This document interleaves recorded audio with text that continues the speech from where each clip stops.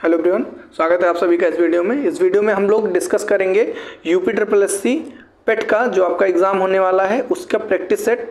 ये हमारा practice set number 10। इसके पहले आपके 9 प्रैक्टिस सेट आ चुके हैं, यहाँ पर लिंक आ रही होगी, उनको आप जरूर देखिएगा, बहुत ही फायदा आपको मिलने वाला है। ठीक है, ये हमारा प्रैक्टिस सेट नंबर 10 है, जिसमें मैं आपके question history, polity, geography, economics, GK सारे क्वेश्चन आपके साथ, हिंदी के सारे क्वेश्चन आपके साथ क्या करूंगा, डिस्कस करूंगा, जो कि एग्जामिनेशन पॉइंट ऑफ व्यू से बहुत इंपॉर्टेंट है। भगवान करेंगे आपका इसी में से क्वेश्चन आएगा एक आध। ठीक है, चलिए मेरे साथ एकदम ध्यान से बने रहिए, मैं हर एक क्वेश्चन को डीप एक्सप्लेनेशन के साथ डिस्कस करने वाला हूं। सीधे अपने क्वेश्चन पर आते हैं। पहला क्वेश्चन है सुमेलित करना है, पहले को दूसरे थे, चलो देख लेते हैं। अगर पूछा जाए इल्तुतमिश का संबंध किससे, तो इल्तुतमिश का संबंध आपका जामा मस्जिद और बदायूं से है। ठीक है ना, जामा मस्जिद और बदायूं का निर्माण आपका इल्तुतमिश ने कराया था। ठीक है, अकबर का संबंध आपका सीधा सीधा कह सकते हो फतेहपुर सीकरी से है। ठीक है ना, तो उस हिसाब से देखा जाए तो कुछ हद तक चीजें समझ में आ रही है। और फिरोज शाह तुगलक का जो संबंध है वो है आपका किससे,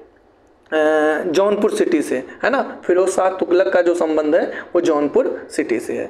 तो उस बिहार पे आप देख सकते हो सिकंदर लोदी आपका क्या हो जाएगा, आगरा सिटी हो जाएगा। तो कौन सा ऑप्शन, पहला ऑप्शन ही आपका सही हो रहा है। ठीक है ना, थोड़ा सा एक्सप्लेनेशन कर दे रहा हूँ। अगर जो मैं बात करूँ फतेहपुर सीकरी, तो फतेहपुर सीकरी की जो स्थापना है, फतेहपुर सीकरी एक एक करके एक्सप्लेन कर देता हूँ। फतेहपुर सीकरी की स्थापना आपका किसने किया था, अकबर ने किया था, है ना। कब किया था, तो ये कह सकते हो कि 1569 में। कब किया था, 1569 में किया था। शुरुआत मतलब आधारशिला रखी थी। अगर जो कहा जाए पूरा कब हुआ, तो 1584 में पूरा हुआ था।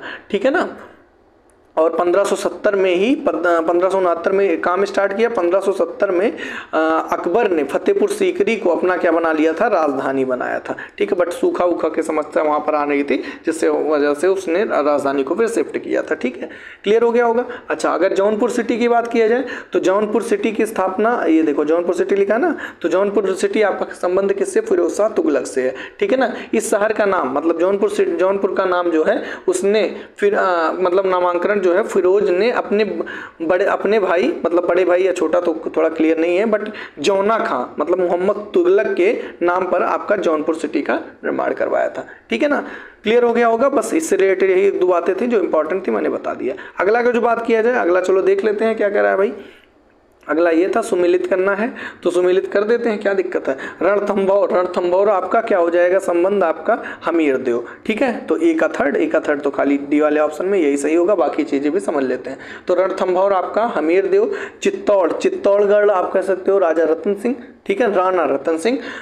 चित्तौड़, ये ध्यान से देखना, फिर से मिला देता हूं मैं, कोई दिक्कत नहीं। रणथंभौर आपका क्या हो जाएगा, हमीरदेव। चित्तौड़ आपका राणा रतन सिंह। और देवगिरी की बात किया जाए तो देवगिरी का आपका राजा राय रामचंद्र हो जाएगा। और गुजरात आपका मान लिया जाए तो कर्णदेव हो जाएगा। ठीक है, तो उस हिसाब से आपका डी ऑप्शन करेक्ट हो जाएगा। ठीक, चलिए अगला क्वेश्चन क्या है, थर्ड वाला देख लो भाई। थर्ड क्या कर रहा है, थर्ड है आपका, ये थोड़ा सा मैं बड़ा कर दूं ताकि चीजें एकदम क्लियर हो जाए। हाँ चलो भाई, ये रहा आपका, क्या है, पुंड्रवर्धन जो है, पुंड्रवर्धन भुक्ति अवस्थित है। तो बताओ भाई, पुंड्रवर्धन जो आपका कह सकते हो कि भुक्ति है वो कहाँ पर अवस्थित है, तो आपका उत्तर बंगाल में है। इससे रिलेटेड थोड़ी बात जान लेते हैं। तो पुंड्रवर्धन आपका कह सकते हो का उल्लेख जो है वो गुप्तकालीन अभिलेखों में हुआ है। ठीक है ना, और इन अभिलेखों से ज्ञात होता है कि जो गुप्त साम्राज्य था वो पुंड्रवर्धन नाम की एक भुक्ति थी, है ना। ये आपकी क्या थी, एक भुक्ति थी जो पुंड्र देश के अंतर्गत आती थी। ठीक है, तो बस आपको इतना ही जानना है कि उत्तर बंगाल से संबंधित है। बाकी आप जितना मैंने बताया कि मतलब कह सकते हो कि ये पुंड्र देश से आते थे। ठीक है ना, क्लियर। अगला,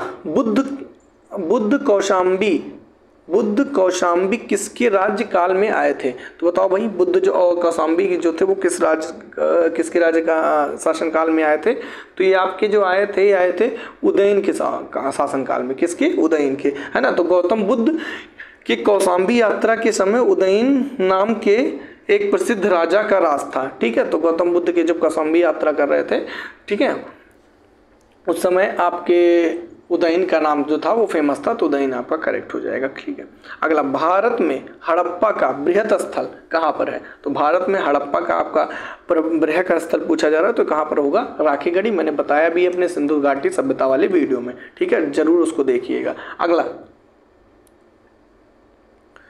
अगला, अच्छा राखागढ़ी है कहाँ? हरियाणा, ठीक है ना, भूलिएगा नहीं भाई, ठीक है। इसकी खोज जो किया था, किसने किया था? सूरज भान ने। किसने किया था? सूरज भान ने, ठीक है।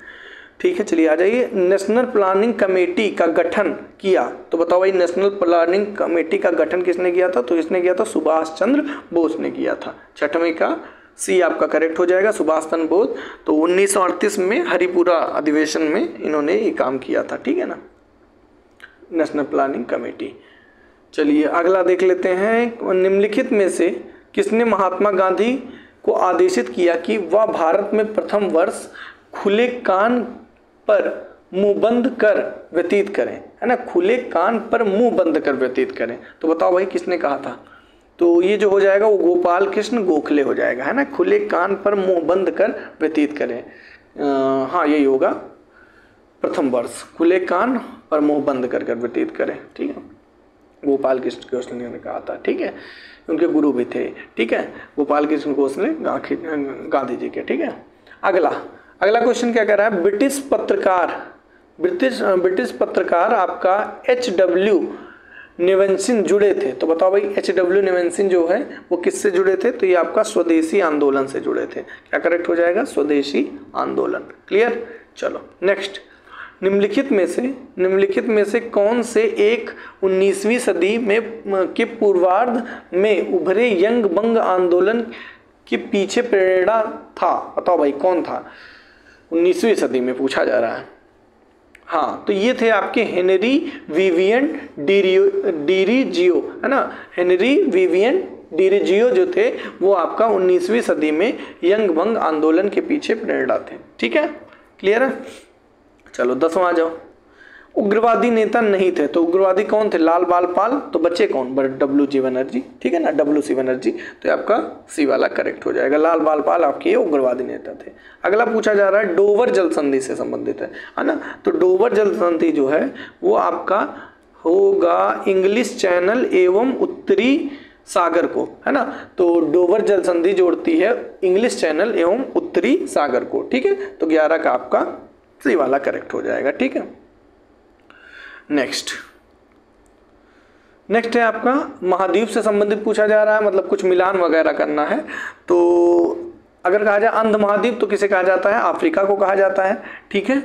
अगला, और अगर जो कहा जाए कि आपका विश्व की छत, तो विश्व की छत बहुत इंपॉर्टेंट है, पामीर का पठार जो है उसको विश्व की छत कहा जाता है। अगला, हजारों झीलों का देश किसे कहा जाता है? फिनलैंड को बोला जाता है।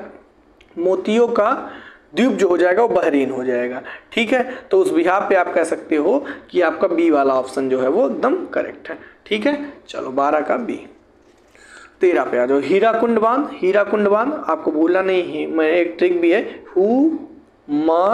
यू, तो हीराकुंड बांध, महानदी, उड़ीसा, तीनों मैंने आपको बात बता दिया। तो महानदी करेक्ट होगा, हीराकुंड बांध किस नदी पर? महानदी, क्लियर है। चलिए नेक्स्ट क्वेश्चन क्या है? निम्नलिखित कथनों पर विचार करना है, आपको सही बताना है कि कौन सा कथन सही है। 14 वाला है ना, ठीक है। तो अरावली मरुस्थल की पूर्ववर्ती विस्तार को रोकता है, बिल्कुल एकदम बात सही है। राजस्थान की सभी नदियों का उद्गम, ऐसा नहीं है भाई, सभी नदियों का उद्गम अरावली में नहीं हुआ है। राजस्थान में वर्षा का वितरण प्रारूप अरावली से प्रभावित नहीं होता, बिल्कुल होता है, ये भी गलत है। अरावली का प्रदेश धात्विक खनिजों से समृद्ध है, कुछ हद तक बात सही है, ठीक है। तो पहला मतलब कह सकते हो कि 14 में पहला और डी वाला सही है, मतलब ए और डी वाला आपका करेक्ट हो जाएगा, ठीक है। चलो 2011 की जनगणना के अनुसार भारत में सबसे कम यौन अनुपात या फिर लिंगानुपात आपसे पूछा जा रहा है, कहाँ पर है? तो आपका ऑप्शन के अकॉर्डिंग क्या हो जाएगा? सबसे कम पूछा ना, तो दमन और दीव में है, ठीक है ना। तो 15 का बी वाला करेक्ट हो जाएगा।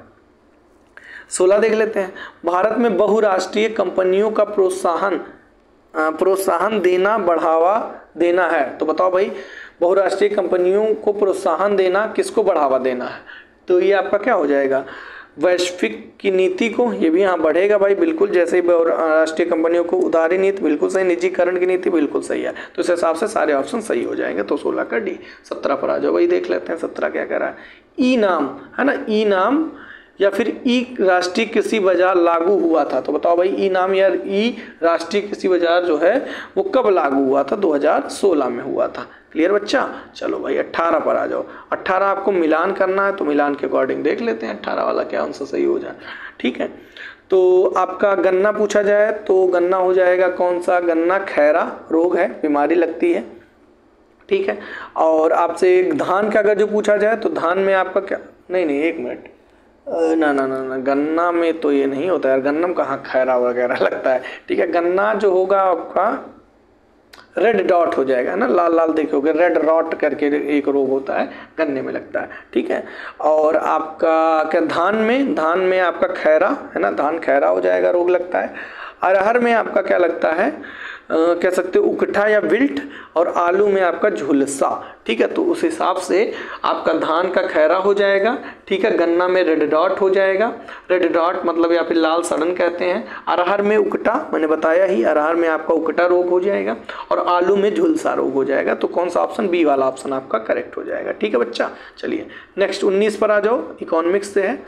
इनमें से कौन सा मुद्रा स्फीति से सर्वाधिक लाभ पाता है? तो बताओ भाई कौन मुद्रास्फीति से, महंगाई से सर्वाधिक लाभ को प्राप्त करता है? तो जो ऋणी होता है ना, मतलब जो उधार लिया होता है ऋणी, वही अब सबसे ज़्यादा मुद्रास्फीति से लाभ प्राप्त करता है। ठीक है, तो आपका 19 का बी वाला ऑप्शन करेक्ट है। 20 पर आ जाइए, देख लेते हैं क्या है। भारत में कर सुधार का उद्देश्य निम्नलिखित में से कौन सा नहीं है? आपसे पूछा जाए तो कर सुधार का उद्देश्य कौन सा नहीं है? तो कर अनुपालन में सुधार करना, ये तो है, तो ऑप्शन के अकॉर्डिंग नहीं होना चाहिए।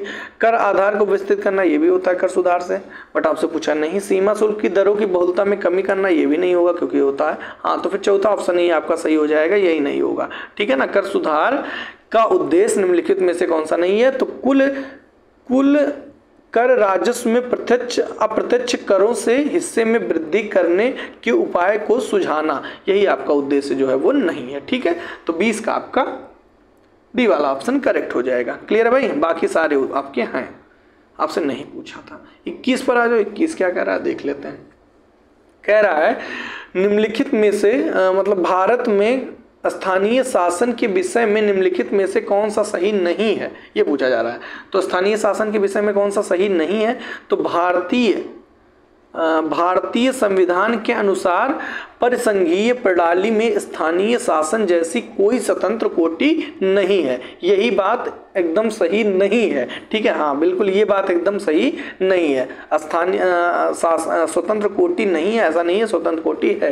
तो यही आपका क्या हो जाएगा? सही हो जाएगा, क्योंकि आपसे नहीं पूछा है और यहाँ भी क्या है? नहीं है। तो नहीं का भाई नहीं आपका सही होगा। ठीक है, तो 21 का आपका ये वाला करेक्ट है। बाकी और सब चीज़ें की बात के स्थानीय निकायों में 30% स्थानीय स्थानीय के लिए, ये एकदम बात सही है। स्थानीय शासन के लिए वित्त का उपबंध, ये भी आपका सही हो जाता है। स्थानीय शासन के लिए निर्वाचन, ये भी एकदम बात सही है। तो आपसे पूछा कौन सा सही नहीं है, तो ये आपका सही नहीं है। तो 21 का ए वाला ऑप्शन करेक्ट है। ठीक है, 22 देख लेते हैं। लोकसभा का स्पीकर या अध्यक्ष कौन होता है? तो ये तो सबको पता होगा। मतलब स्पीकर अध्यक्ष कौन होता है नहीं पूछा जा रहा है, मतलब क्या किया जाता है? मनोनीत तो किया नहीं, जहाँ चयनित ही किया जाता है, मैंने पहले ही लगा दिया, तो चयनित किया जाता है। ठीक है, तो लोकसभा स्पीकर को क्या करते हैं? लोकसभा का स्पीकर अध्यक्ष जो होता है चयनित किया जाता है। ठीक है, तो 22 का आपका बी। क्लियर? 23 देख लेते हैं। संघात्मक शासन व्यवस्था का विशेषज्ञ किसे माना जाता है? संघात्मक शासन व्यवस्था का किसे माना जाता है? तो ये तो भाई थोड़ा सा कन्फ्यूजन, किसे माना जाता है मतलब कौन है, ऐसा होना चाहिए। चलिए थोड़ा सा कन्फ्यूजिंग है, इसको बाद में देख लेंगे या कमेंट में मैं आपको बता दूंगा, टाइपिंग वगैरह लग रही है। भारतीय संविधान मान्यता देता है, तो बताओ भाई भारतीय संविधान किसको मान्यता देता है, ये पूछा जा रहा है। तो केवल तो वाले तो होंगे नहीं, केवल धार्मिक नहीं, ऐसा नहीं है, धार्मिक और भाषाई अल्पसंख्यकों को। ठीक है, भारतीय संविधान जो है वो मान्यता देता है, जो 24 का सी हो जाएगा। चलो भाई 25 देख लेते हैं। 25 क्या कह रहा है? भारत के संदर्भ में निम्नलिखित में से धर्मनिरपेक्ष शब्द का सही आपसे भाव पूछा जा रहा है कि कौन सा है? तो धर्मनिरपेक्ष पूछा जा रहा है ना, कौन सा होगा? तो धर्मनिरपेक्ष आपका जो होगा धर्मनिरपेक्ष मतलब सेक्युलर से है, अनेक धर्म तो एकदम नहीं होगा, धार्मिक स्वतंत्रता नहीं है, धर्मानुपालन भी नहीं है, हाँ भारत में राज्य का कोई धर्म नहीं है, यही बात एकदम आपकी सही हो जाएगी। तो उस हिसाब से आपका 25 का कह सकते हो कि डी वाला करेक्ट है।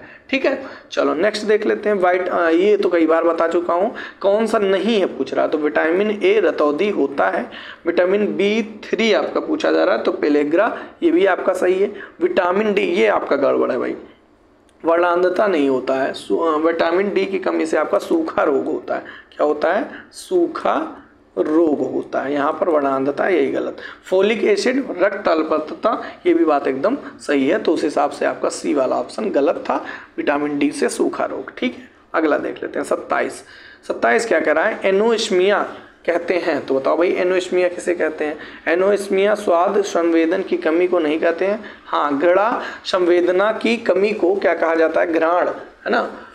तो घ्राण संवेदना की कमी को आपका चिकित्सा में क्या कह सकते हो? एनोस्मिया कहते हैं। ठीक है, कोई दिक्कत नहीं होगा, साइंस से भी रिलेटेड एक दो क्वेश्चन लिया गया है। अगला, निम्नलिखित में से कौन सा जोड़ा तांबे का मिश्रण? तो मैंने आपको कई बार बताया क्या तांबा पूछा है ना, तो तांबा का जो करेक्ट हो जाएगा वो आपका हो जाएगा पीतल और कांसा, तो पीतल एवं कांसा तांबे का मिश्रण है। ठीक है, तो कह सकते हो कि आपका जो 28 का सी वाला ऑप्शन करेक्ट हो जाएगा।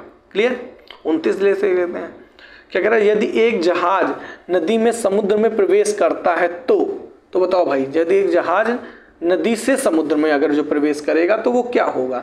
तो वो क्या होगा? स्थिर तो नहीं रहेगा, परिवर्तित में ऊपर उठेगा। क्या होगा? ऊपर उठेगा अगर वो नदी से समुद्र में प्रवेश करेगा। तो 29 का आपका बी हो जाएगा। ठीक, हवाओं में कैसी ऊर्जा होती है, ये आपसे पूछा जा रहा है, तो ये तो बड़ा आसान हो जाएगा, केवल गतिज ऊर्जा। हवाओं में भाई हवा चलती है, मूवमेंट है, तो केवल गतिज ऊर्जा। 30 का आपका बी। काइनेटिक एनर्जी के बराबर पता भी होगा आपको, हाफ mv² होता है। ठीक है, चलो नेक्स्ट अब 36 पर आ जाएंगे, क्योंकि बीच में एक दो क्वेश्चन एक्स्ट्रा थे जो कि इंपॉर्टेंट नहीं थे, मैंने हटा दिया। तो 36 हिंदी से रिलेटेड क्वेश्चन है, तो देख लो आपका सरस्वती होगा करेक्ट। क्यों? क्योंकि मुझे महावीर प्रसाद द्विवेदी दिखा तो मैं तुरंत समझ गया। तो सरस्वती पत्रिका के जो थे वो संपादक थे, कौन? महावीर स्वामी। ठीक है, तो कौन सा हो जाएगा भाई इसका? महावीर स्वामी हो जाएगा, बी वाला ऑप्शन करेक्ट। ठीक है, चलो भाई 37 पर आ जाओ। 37 क्या कह रहा है? दूर के ढोल सुहावने लगते हैं, तो दूर के ढोल सुहावने लगते हैं, इसका सही अर्थ आपसे पूछा जा रहा है, तो कौन सा होगा? तो अनदेखी वस्तु भाना, मतलब जो आपको देखी ही नहीं है उससे बहुत अच्छा लगना, यही आपका हो जाएगा। ठीक है, 38 पर आ जाओ। आपसे पूछा जा रहा है कौन सा स्त्रीलिंग है, तो बताओ भाई स्त्रीलिंग, तो बता देते हैं, कोई दिक्कत नहीं है। मालिक, कितने मालिक, कितना कितनी लगा दो। कितने कहार, ये भी नहीं होगा। कितने पाठक, ये भी नहीं होगा। कितनी योगिनी, है ना, कितनी योगिनी, तो यही आपका क्या हो जाएगा? करेक्ट हो जाएगा। तो 38 का आपका डी हो जाएगा। ठीक है, और सब ये बाकी ये सब कितने मालिक, ये सब पुल्लिंग है, यही आपका स्त्रीलिंग हो जाएगा। ठीक है, हनुमान ने संजीवनी बूटी से लक्ष्मण के होश लाए। ठीक है, इसमें आपसे पूछा जा रहा है कौन सा कारक है। ठीक है, तो हनुमान ने, कर्ता ने, कर्म को, ऐसे करके होता है ना, तो बहरहाल तो मेरे हिसाब से, अच्छा क्या कह रहा है? नहीं, कारक नहीं पूछा है भाई, इनमें से कौन सी त्रुटि है ये पूछा जा रहा है। तो हनुमान ने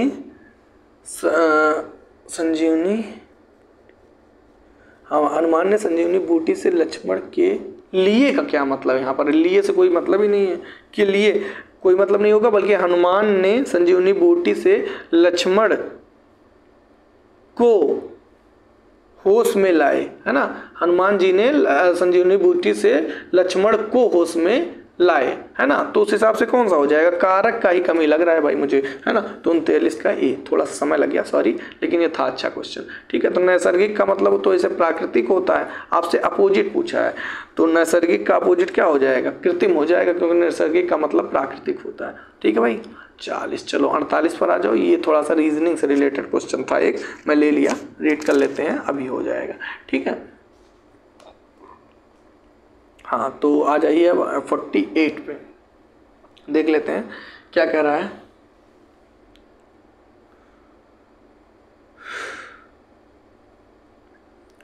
इसमें कथन को पढ़ लेना है और उससे संबंधित बातों को बताना है। ठीक है, कह रहा है पिछले 4 सालों में साक्षरता दर में वृद्धि हुई है।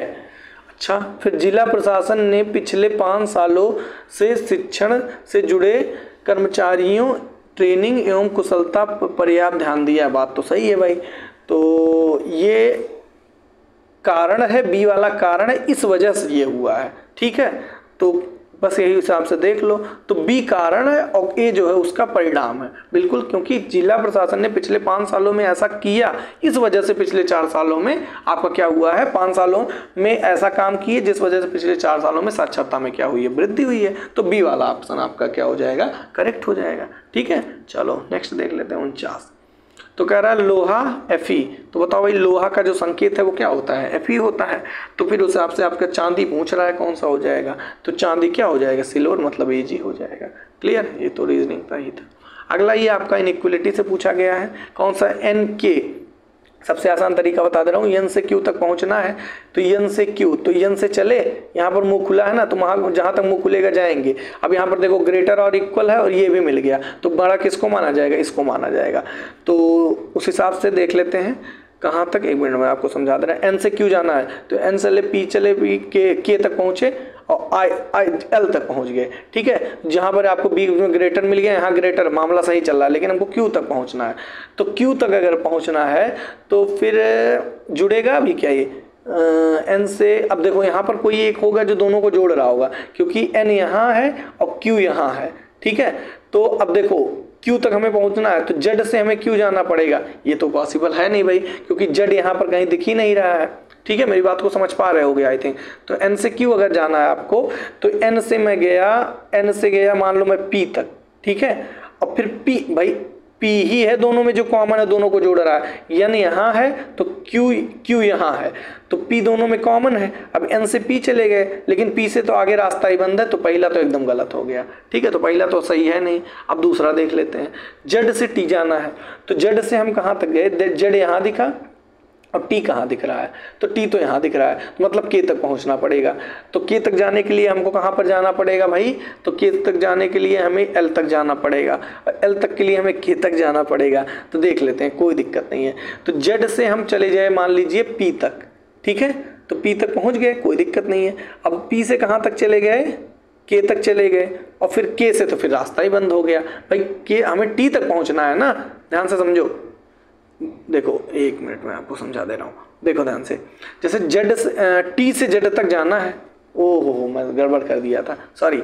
तो Z से T तक जाना, सॉरी T से Z तक जाना। रात के बज चुके हैं, एक दिमाग भी कम कर रहा है काम। ठीक है, फिर से देखते हैं, Z से T तक जाना है, कोई दिक्कत नहीं है। तो Z से T तक जाना है, तो Z से मैं चला गया मान लो P तक पहले, और फिर P से कहाँ तक चला गया, K तक, और फिर K से T तक जा ही नहीं पाऊंगा क्योंकि यहाँ रास्ता बंद हो गया। तो उस हिसाब से तो मेरे अकॉर्डिंग दोनों ही गलत हैं। ठीक है, तो अगर दोनों गलत हैं तो कौन सा ऑप्शन, सी वाला ऑप्शन करेक्ट हो जाएगा। तो थोड़ा सा समय देना पड़ता है चीज़ों को समझने के लिए, आसान है। ठीक है, अगला 51 देख लेते हैं क्या कर रहा है। निम्नलिखित में से महिला खिलाड़ी ने प्रथम बार ओलंपिक खेलों में आपका क्या किया था, पदक को प्राप्त किया था। तो बताओ भाई 58 कर्णम मल्लेश्वरी भारोत्तोलन में। ठीक है, अगला अंतर्राष्ट्रीय महिला दिवस, सबको पता होगा अंतर्राष्ट्रीय महिला दिवस कब मनाया जाता है, तो 52 का ए 8 मार्च को। ठीक है, अच्छा ये वाला जो क्वेश्चन है इसको मैंने अपने रामबाण वीडियो में बताया है। ठीक है, जो आपकी 11 घंटे की रीजनिंग वाली वीडियो, वहाँ पर आप जाके खाली टाइम सेलेक्ट करके ये वाला पार्ट देख लेना, पहले स्टार्ट ही मैं यहीं से किया हूँ। ठीक, तो 52 बता दिया ना, 8 मार्च आपका महिला दिवस हो जाएगा। अलाई दरवाजा किस विश्व विरासत स्थल में है, तो बताओ भाई अलाई दरवाजा जो किस पर है, तो आपका कह सकते हो कि तो मीनार में है। ठीक है, तो 53 का सी। इसका निर्माण अलाउद्दीन खिलजी ने कराया था। ठीक है, और क्या करा है, दांडेली वन्यजीव अभ्यारण्य भारत के किस राज्य में है, तो दांडेली बताओ भाई किस राज्य में है, तो कर्नाटक में है। कहाँ पर है, दांडेली वन्यजीव अभ्यारण्य आपका कर्नाटक में है। ओके, 55 पर आ जाओ, देख लेते हैं क्या है 55। तो कह रहा है Indian grain storage management and research institute आपका जो है वो कहाँ पर है, तो ये आपका है हापुड़ में। ठीक है, कहाँ पर है, हापुड़ में है। तो ठीक है, ए का सेकंड वाला ऑप्शन सही हो गया। और राष्ट्रीय उद्यमिता एवं लघु व्यवसाय विकास संस्थान ये आपका नोएडा में है। तो बी का आपका थर्ड वाला सही हो गया। ठीक है, तो बी का थर्ड, आई थिंक पहला ही ऑप्शन सही जाएगा इसका। ठीक है, ओके। तो अब सी देख लेते हैं, गोविंद बल्लभ पंत और सामाजिक विज्ञान संस्थान, ये तो आपका प्रयागराज में है। तो बचा क्या आपका हरिश्चंद्र अनुसंधान, ये आपका प्रयागराज में है। ठीक है ना, ये तो उस हिसाब से दो प्रयागराज में है। हाँ भाई, लग तो मुझे भी रहा है, तो कैसे सही होगा फिर? 1 और 4 में से कोई भी, तो पहला ऑप्शन तो ज़्यादा सही लग रहा है, 1 4 सी डी, क्योंकि ये भी आपका प्रयागराज में है, ये भी, हाँ यही होगा। ठीक है ना, तो 55 का आई थिंक यही हो जाएगा। ठीक, और कोई मतलब जो मैंने आपको नॉर्मली बता दिया कि ये भी आपका प्रयागराज में और ये भी आपका प्रयागराज में, और ये हापुड़ में क्या हो जाएगा, ग्रेन वाला हापुड़ में हो जाएगा। ठीक है, तो ये बात थोड़ा ध्यान रखिएगा। अगला, निम्नलिखित में से किस देश की समुद्री सीमा भूमध्य सागर पर नहीं है? तो बताओ भाई, किस देश की समुद्री सीमा भूमध्य सागर पर नहीं है? तो बेल्जियम की जो सीमा है वो समुद्री सागर पर नहीं है, बाकी सबकी है। ठीक है, अगला, लोकसभा का सदस्य चुनने के लिए आपको न्यूनतम आयु कितनी होनी चाहिए? तो लोकसभा का सदस्य चुनने के लिए न्यूनतम आयु 25 वर्ष होनी चाहिए। राज्यसभा का 30 वर्ष होना चाहिए। राष्ट्रपति का 35 वर्ष। दिल्ली का प्रसिद्ध लौह स्तंभ जो सदियों से बिना जंग लगे खड़ा है, निम्नलिखित में से किस आपका ऐतिहासिक परिसर में स्थित है? तो कौन बताएगा? ये आपका जो हो जाएगा वो आपको कुतुब मीनार के परिसर में स्थित है आपका लौह स्तंभ। ठीक है, इसकी थोड़ी हिस्ट्री जानते हैं। तो ये समझ लो कि ये आपका 7.12 लगभग 7.21 मीटर जो है वो ये 23 फीट आप समझ लो कि लगभग लंबा है। ये आपका दिल्ली में लौह स्तंभ कुतुब मीनार के परिसर में 1600 वर्षों से, लगभग 1600 वर्षों से खड़ा है ये। इसमें एकदम समझ लो कि जंग नहीं लगा हुआ है। ठीक है, तो ये थे लगभग मान के चलो कि 50 क्वेश्चन के अप्रॉक्स रहे होंगे। 50 क्वेश्चन आपको यहाँ से अच्छे से प्रैक्टिस हो गई होगी, जिसमें हर टाइप के क्वेश्चन मैंने आपको कराया। भाई देखो कितना बचा है, 30 नंबर तो आपका चला जाता है किसमें, कह सकते हो कि पैसेज वगैरह में। तो पैसेज तो आप वैसे भी कर ले जाते हो। अब मैथ में फिर 10 नंबर। ठीक है, तो लगभग तो मैं आपको करा ही दे रहा हूँ, 50 नंबर करा दिए, बाकी 30 नंबर तो आप पैसेज वाले कर ही ले जाओगे। ठीक है ना, बाकी अब एक आपकी मैराथन वीडियो में लेकर आऊँगा जिसमें आपको ग्राफ वगैरह कराऊंगा। ठीक है, तो आई थिंक मैं लगातार 3-4 क्लास ले चुका हूँ, बहुत ज़्यादा थकान है, कहीं कोई गलती वगैरह हो गया हो तो माफ़ कर दीजिएगा। ठीक है, मिलते हैं नेक्स्ट वीडियो में। Don't forget to like, share and subscribe. Thank you guys for watching my video. Description में टेलीग्राम का लिंक मिल जाएगा, ज्वाइन जरूर कर लीजिएगा। चलिए, thank you for watching my video.